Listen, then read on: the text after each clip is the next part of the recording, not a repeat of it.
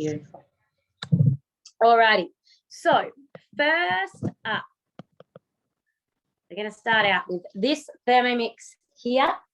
Now, I apologize every time you can't see my screen fantastically. I've tried every angle and I can't quite get a good one where you can see it all well, but I'm going to talk you through it, and I will take you into Cookie Do later on the screen properly where you can see all the different bits. But basically, I'm going to go in here and I'm going to cook rice. So this is from my recently cooked section. I have white basmati rice. You can briefly sort of see it a little bit here on the screen. This is from one of the rice cooker collections. So white basmati rice. Now, the big difference between cooking this and boiling rice in your TM5 is you're using two different methods. So boiling in your TM5, you have rice in your steaming basket, and then your water goes around and boils it. In the rice cooker mode, which is totally different, you're going to put your rice right into the bowl. The blades won't turn, they will stay in position, and it will use, like a rice cooker, like a standalone rice cooker, it'll use the absorption method and absorb the water into the rice. So if you're wanting to infuse your rice a little more, sometimes I cook my rice in bone broth or something like that. You can do that using that rice cooker mode where you can't with just boiling it. So that's your big differences. Now, in this recipe, it is standard 200 grams of white rice, 400 grams of water, olive oil, and salt. So we're going to start cooking. Now, this is where it gets confusing. The first step here says to pop your lid on, your simmering basket on top, right, and then weigh your rice into that. So this is sounding very much like boiling your rice. Am I right? All right. So 200 grams of rice. Turn my scales back. 200 grams of rice going in.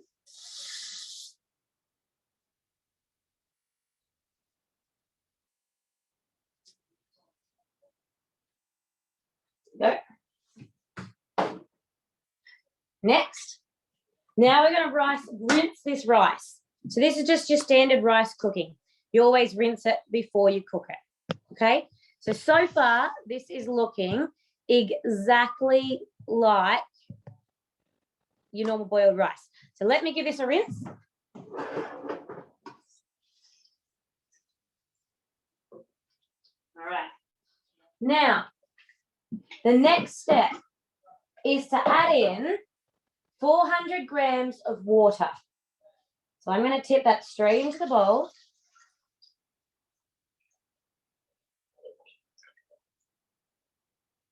Tiny bit off. And our oil as well. Oil's over here. 10 to 20 grams, just like when you usually cook your rice, whatever works for you. A little bit of salt to taste. Now, I like to use some of my veggie stock. Now, mine's running very, very low, but instead of salt, I use a little bit of this. It adds a really, really nice flavour to your rice, especially in this mode where it's actually going to be absorbing it all. A little bit of salt in. Now, next, rinsed rice, not in the steaming basket. This is the step that lots of people get mixed up. The rinsed rice needs to go from here into your bowl. If you try to cook it in your steaming basket, it will not cook. And I've seen lots of people saying, I used the rice cooker mode, and at the end, my rice was still not cooked. That is why this does not cook it in the steaming basket. So, rice is in here, oil, water, and veggie stock or salt. Now, give that a bit of a stir together. We're going to put our lid back on and our simmering basket on. Next, we're going to turn the selector to start. This has started off at 29 minutes approximately, and it will give us a bit a closer number in a minute once it's done once it's worked it out. But that's the rice cooker mode. Rinse the rice, but then take it out of the steaming basket and put it back into the bowl. It's one thing that lots of people get mixed up, and your rice will not cook. How does that feel for everyone?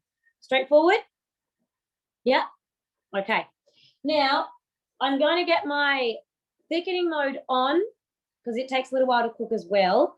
And then while it's going, I'll take you and I'm going to show you the different variations of that rice, the different grains you can cook, and how you can change all your quantities and do a big batch of rice as well. But let's get our curd on too. So we've got here a berry curd recipe.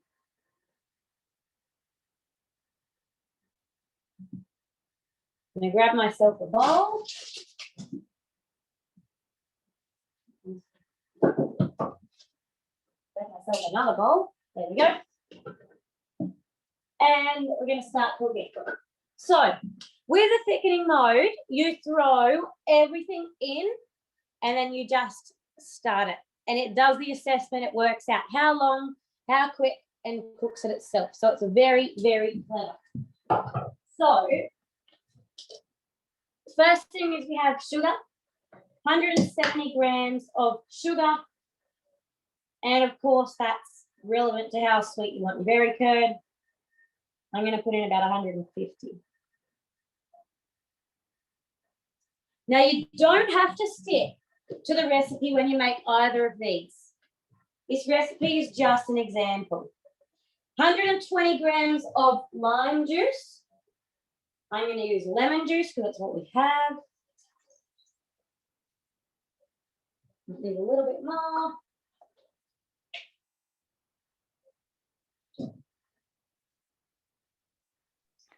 Joe, we've just had Brooke ask, can you use the splash guard instead of the simmering basket on the rice? You probably could. It would let a slightly different amount of steam out. It probably wouldn't make much difference, but your rice, your basket's already dirty from rinsing your rice. So it sort of flows on just to give it a rinse out, use it, and keep on going rather than dirty two different pieces. But you could give it a go with a splash guard. I imagine that it would work pretty similar. All right. So lime juice in. Now we've got 200 grams of butter. So I'm going to throw this in. And you, of course, don't need to stick to this curd recipe. If you usually make curd without butter and things like that, just do it however you do it. I'm going to show you that in a minute in Cookie Do. 200 grams of butter, 50 grams of berries. I'm just using frozen, but if we had them in season, obviously fresh berries are beautiful. This is a really, really good one to do. You've got mulberries and things like that when they're in season. It's a great way to use them up. 4 medium eggs. This is the last thing going in. Again, this is a curd, so it's nice and rich. It's very different to a coulis in terms of it being richer, much more of a dessert style. This is the sort of thing you can fill pastries with, as opposed to just a curd, which is more just like lemon, sugar, and fruit. This will be nice and rich. All right, eggs in. We're going to put our lid on. And same thing. One click and it's off. Now, you guys can't see probably fantastically, but this one here is currently boiling. So my steam's all getting out through the steaming basket so that can reduce back a little bit. And the blades are not turning. So it gave them a little mix to begin with, and then the blades stop. So this is just like cooking your rice on the stove. But you're not having to stand there and stir it. None gets burnt on the bottom. It doesn't boil over, nothing like that. It's all just the turn of one wheel, and it does it all for you. And this one here, making our curd, it is currently going quite slow. It's sort of doing an assessment of the bowl. So the blades are just going around, mixing those ingredients together and working out how much have you got in here, how long do I need to cook for, and how quick do I need to go. In a second, it'll take off. You'll hear it change pace, and it will give me an approximate time of how long it needs to cook for. Now, and yeah, definitely 3 large eggs instead of 4 would certainly work. Alternatively, if you have little eggs, you could use 5 instead of 4, or however that works. It doesn't matter a huge amount. You've also, in the tips of the recipe, and in your custards and things, it always explains that, you know, eggs are used as a setting and as a richness. So you can cut the eggs back depending to your taste and how you like it to cook. Very similar to your custard, which is another one that uses the thickening mode. You can add eggs and make a really nice, rich, thick custard. You can cut those eggs back, and you can up the corn flour to thicken it, or however you want, but depending on the taste and the richness and all of that sort of thing. They're all very different depending. So the big thing with these two, your rice, once you get the hang of cooking this off a cookie dough recipe, you'll be able to just throw your rice in, throw your water in, whatever you like to season your rice with, click start, get your rice on and cooking. With your thickening mode, exactly the same thing. If you are someone who has made custard forever on the stove, and you know how much you like of everything, go and put all of those things in your Thermomix bowl, just like you would a saucepan, and press thicken. And it will do the same thing. Gravy, exactly the same. If you would usually take the juices from your meat, put them in a saucepan, add your corn flour and stand there and stir it, traditionally making gravy, do all of that in your Thermomix bowl. Just throw everything in, press thicken, and it will make you nice, thick gravy. That'll also work with a packet gravy, with a packet custard, anything like that. It is just like standing there at the stove, but you don't have to control it. Say how long, you won't have to stop and check it after 7 minutes and say, oh, it needs longer or any of that. It controls it all. Now, the big toggle that you need to be careful of with the thickening mode is there are 2 heat settings. Now, within this cookie dough recipe, there isn't. As all cookie dough recipes are, it's all built in. So it had preset the temperature for this to be only 80 degrees. But depending on what you're cooking, you may need it to hit and just go over that boiling temperature.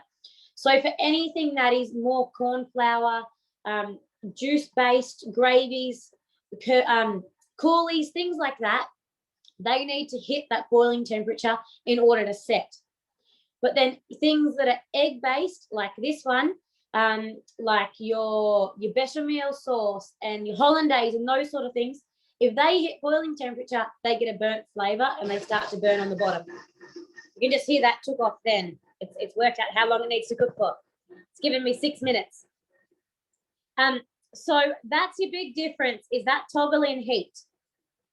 So keep that in mind. And if you're cooking something that you don't want to hit that boiling temperature, make sure it is just a matter of hitting the temperature before you begin the mode and turning it 1 click either way, and you'll hit 80 or 100 degrees. Does that make sense to everyone? Yep. I've seen so many times people on Facebook groups and things and say, I hate the thickening mode, it burns everything. And I'm really disappointed every time, because I think you can just turn that temperature down. It's just a click of a button, but they just don't know. So really, really important thing to do. Anything creamy, egg-based, you need to turn it back to 80.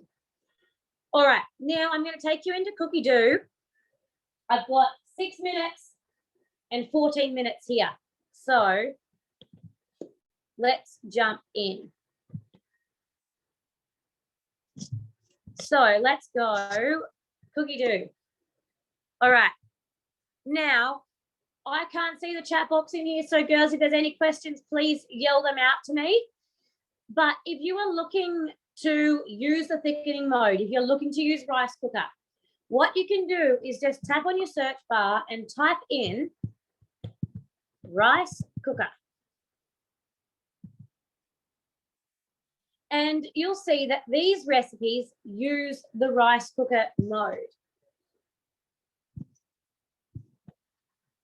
Alternatively, you can go and search for the entire collection. So toggle between recipe and collection. And these are entire little folders that are using that rice cooker mode. Now, there's a few here that are very similar, but they are from different countries. So have a little look at them each, and it will give you a good idea of, you know, whether they're Aussie ones or whether they're being designed in the UK or whatnot. But let's have a look at this one, for example. This one's from the UK.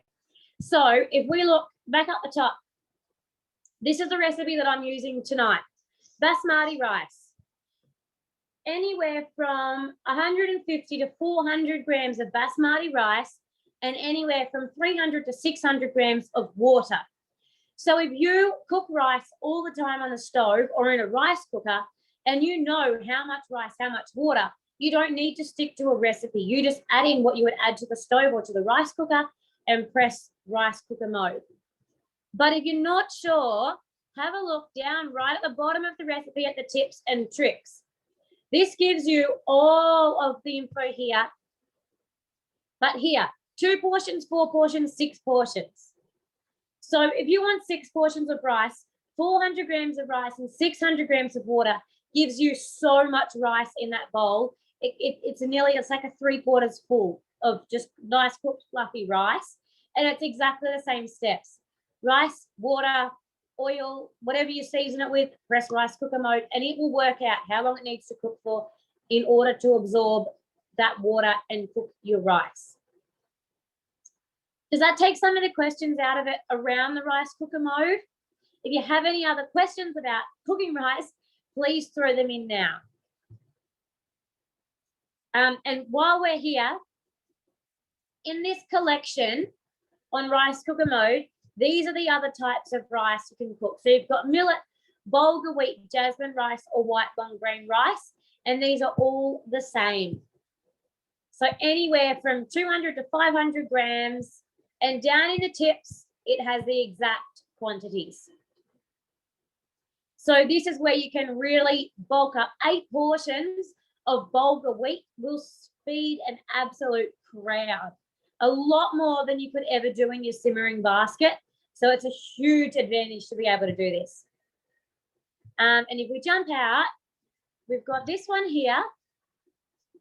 A couple of different ones. So you've got a basic long grain brown rice and a basic parboiled white rice. 2 different ones in there. And that one's in a different language. So is that one. So they're your 2 main ones that are up there at the top that you're going to use. Or you can search by recipe. Sorry. All right, excuse me.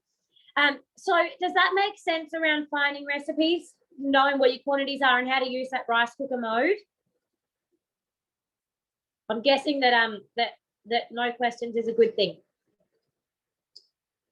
I'm going to go into thickening. If you have questions, just yell them out. Now, thickening mode, the same thing. If you type in thickening, these are all recipes that use that thickening mode. So here you've got lemon curd, your bechamel sauce, a cheese bechamel sauce, this red capsicum and paprika hollandaise sauce. If you have not made this, go and try it. This you can still have on your brekkies, but you can also serve it at a barbecue. You a tired kid, you're going to sleep. Like that. Was that a question? Someone's trying to get someone to sleep. That's cute. Oh, good. No worries at all. So here you can see all of those things in there. You've got your capsicum, your olive oil, orange juice, water, Tabasco sauce, butter, paprika, egg yolks, and salt. Sometimes cooking hollandaise in a TM5 using just a manual method could be a little bit hit and miss because hollandaise is such a finicky sauce that sometimes it could end up too runny. It could split a little bit. This thickening mode, that will not happen. Every single time, whether you know anything about hollandaise or nothing at all, it doesn't matter. You just follow the instructions, press thickening, and it will turn out. So it's a really, really cool mode to have. You got your thick and creamy custard, vanilla sauce. That's like a creme anglaise. This is incredible. This is where you're really getting fancy. Your chefs love to cook this stuff because it's hard. You have to keep your temperature just right. If your sauce gets too hot, this will burn and it won't taste any good. And if you don't keep stirring quick enough, it won't cook and it will separate, or it will go curdly, or you get lumps. Creme anglaise is really hard to cook and it is absolutely delicious. You can serve this like with puddings. Matt Sinclair uses a creme anglaise. He uses a honey and ginger creme anglaise with his steamed banana puddings. You'll find them in cookie dough as well. But absolutely beautiful. You can see that this is this one from the United States, this one down the bottom. You've got all sorts of things in here. There's our curd. There's a different size, different sorts of custard, béarnaise, dairy-free chocolate coconut custard. That one's delicious and great for kids. Creme patisserie, yum. Mushroom sauce, brandy custard, harlequin custard. That is fantastic as well. All sorts of things in here. There is so much stuff on here. Getting into your really, really fancy sauces and liqueurs and things down here. If you are someone who likes to entertain or cook really nice things at home, maybe you're missing going out to eat at fancy restaurants right now. If you're not able to, there is some really cool chances to do that in here. So that's your thickening mode. It is much the same. You can toggle to collections and have a search through these too. So these are your sauces, your custard and your curds. And you have all different quantities in here as well.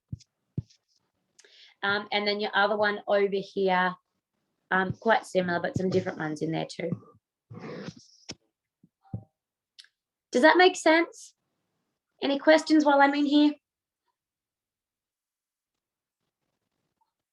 Sounds like you're all pretty good. I jump back in here. Alrighty, let me quickly check.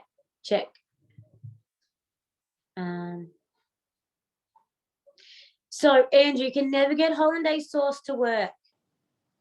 You have to try it in TM6 with the thickening mode, definitely. I'm just having a look. Looks like everyone else has answered all those questions, so that's awesome. All right, now while I was in there, my curds finished. And this looks so good. Yum. Now I used a mix of berries. You can see there. Oh, that smells so good. This is really like buttery and thick. I could have used, next time I'd probably use maybe raspberry straight or blueberry straight, and it would give me more of a purpley color rather than, this is going a little bit orangey. That's probably just the boysenberries and different things that were in my mixed berry mixture. But depending on what sort of berry you get, obviously is going to be the color. Mulberries are fabulous in curd because they give you that nice rich purple color. But this, I can't describe this well in Zoom. Let me see if I can actually show you the difference. Are you guys pretty comfortable with the difference between a curd and a coulis, or not really? No. Okay.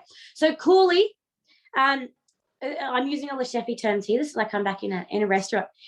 Your coulis are, they're like generally like lemon, sugar, and fruit. Lemon, sugar, and juice. So they're a very a thinner, not very rich. They're more of just like a bit like a strawberry syrup, a strawberry curd, but it's the real thing. Does that make sense? So they're lovely. You know, you mix them through yogurt. You can do all different things with it. A curd is thick and rich. So you can see this is setting.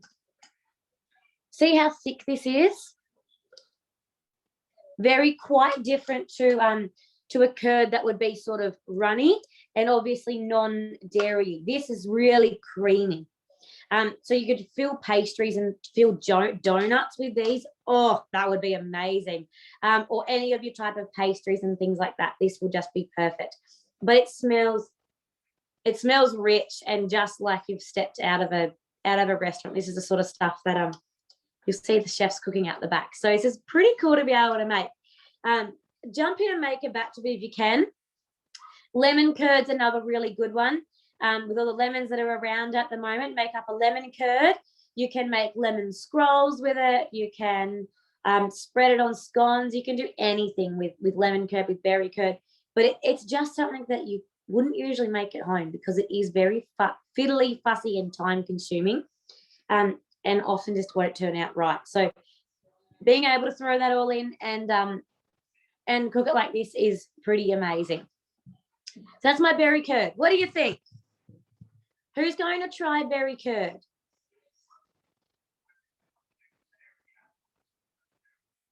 Steamed gyoza style. What is that? I have no idea what that is. Dumplings. There you go. Tennille made lemon curd last night. Dumplings. Okay, yeah, definitely. Steamed dumplings, certainly. Anything like that. But give this a go. It is really, really cool. Super, super impressive to be able to make at home. And if you do come to having an abundance of lemons or limes or berries, things like that, don't be afraid just to throw them in the bowl, throw in what you've got.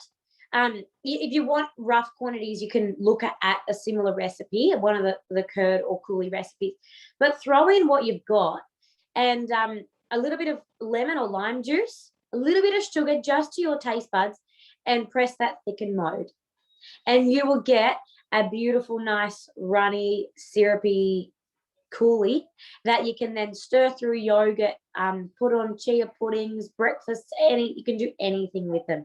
A really, really good one, to try. Fantastic. I can see they're putting some recipes down there in the chat box, which is beautiful.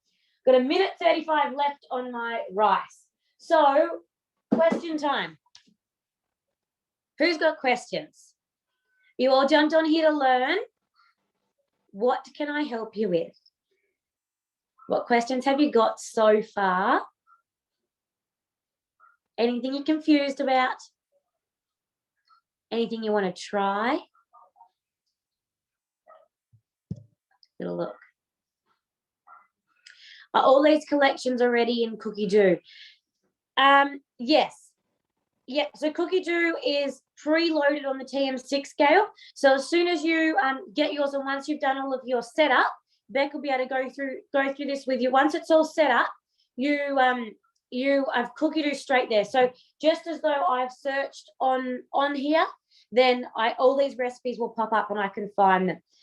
Cookie Do is then also a platform that's back on your phone or your iPad or whatever you have as an app and a website, and anything that you save on any of those devices all syncs across your account. So if I jump on and I saved the berry curd and I put it on my cook today, when I hopped on my TM6, it was straight right there ready to go. Yeah, definitely. Look, Beck will be able to help you much more with learning your way around Cookie Do. There's about 60,000 recipes on there, so there's plenty for you to explore. But also we have Cookie Do info sessions. So if you've seen what I just did there in Cookie Do and you're thinking, wow, how did you do that? I didn't know all of this existed, or I want to learn more about this stuff. We run Cookie Do info sessions twice a month. They're about half an hour on Zoom like this, but we're in Cookie Do and we show you right through using it, through the difference between collections and recipes and filters and how to find things, and just to make the whole platform really user-friendly, because it is a whole other platform. And if you don't know how to use it to the best of its ability, then you're forever looking for recipes and not being able to find them, or it's taking you a long time. Once you know how to use all the bits and pieces, you can jump on there, put in a few prerequisites, and then press a button, and you'll have really, really, really close recipes to what you're looking for, and you've only got to flick through a few and pick it up. So please, if you haven't been on a Cookie Do info session and you want to know, I don't believe we have all of our August dates set yet, but please flag it now with your consultant and say, can you let me know when they're on, and we'll get those dates out. I think there's one on the 4th of August penciled in, but there'll be another one a bit later in the month as well. All right, my rice is ready. So first of all, that's what it looks like. You get a fork out and fluff it up. So just like I've cooked it on the stove, I'm going to fluff it up a little bit.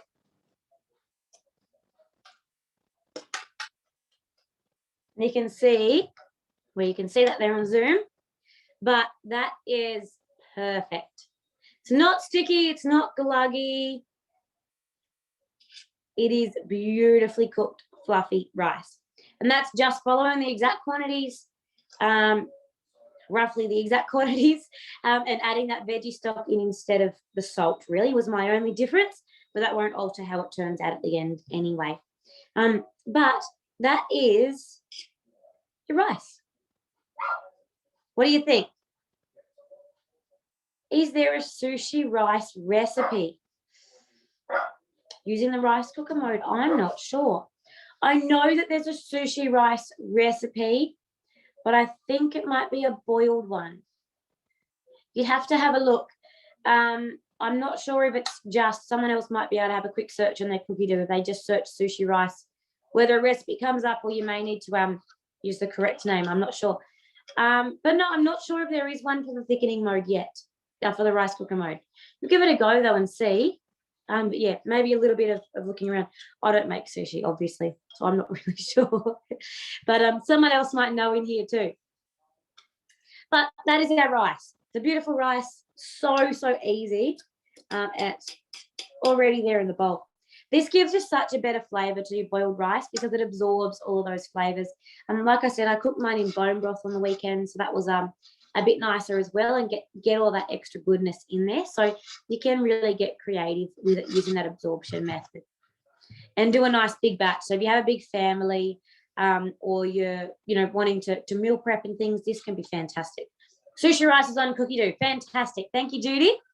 I actually saw one of our consultants the other day said she'd ordered takeaway. She got Chinese or maybe Thai for dinner, but she still cooked her rice in a Thermomix. She said, why would I buy takeaway rice when I can just make it so easily? So she did the large quantity, just threw it in, and said, well, we waited for the takeaway to arrive. I had my rice cooked in my Thermomix. So a pretty cool way to do it.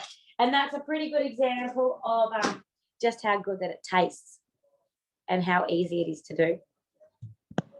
All right. Any questions around the rice cooker mode or around the thickening mode? Anything that we haven't covered off yet? We are currently doing up a plan for August Zooms. If there's anything you would like to see, anything you'd like to learn about, are there modes you've not used yet? Is there a technique or a dish you'd like to see? Now's your chance. Slow cooking mode. All right. What else? Would any of you be interested in seeing a 5-in-1 where we do 5 dishes in an hour? Where we take 1 or 2 dishes and turn them into a heap of different things? Yes? Yes? It's also a bit of a family value. Costs you next to nothing to make, and you get to see lots of different dishes. Yeah? All right. I'll put that one in for August. Oh, look at that. There's a whole sushi collection with 10 recipes. Fantastic. Sous vide. All right. Beautiful. Any other suggestions, please send them through. We have a group as well for our consultants. So, and for us, and then for all of our customers, we're called the Life Changers Community Group. One of the girls might be able to pop a link for that into the chat so you guys can find it. But join that group, and if you have questions, if you maybe you make the berry curd and you want to pop up a photo, or if it doesn't turn out or something like that, use that group as a bit of a way to show us what you're cooking, show us, ask any questions and things like that, any suggestions for classes that you might like to see, anything you're having trouble with. Use that group there to ask and show us. We love to see photos of what you're cooking. So we might be able to get a link up to that in a second. And there we go. Beautiful. Toya's just popped that in there. So click on that link if you'd like, or copy and paste it for later. Join our group, and you can all, you won't miss any of our Zooms, but you can, share with us what you're cooking as well and ask any questions. And Lynn, you've made the African rice and cookie dough with turmeric in the water. You use the basket, and next time you'd use the rice mode. Awesome. Yeah, exactly. And coconut rice, same thing. You can just do that same sort of thing using that rice cooker mode. So that's awesome. All right, fantastic. Well, if none of you have any more questions, we might finish up there. But stay tuned for August and some of the awesome things that we have in store for you. Any feedback, please let us know. And I'm out of the area. Would you mind sending me an email as I missed some of your cooking demos? Sure, not a problem at all, Amanda. Fantastic. All right. Well, thank you guys. Stay on if you have any questions. I'm more than happy to chat through them. Other than that, we will see you next time, or anything that you cook, we'll see on the group when you pop it up. Thanks to all of you consultants who jumped on tonight to help it out. It's great to have you here. And thanks everyone else for jumping on. And we will see you next time.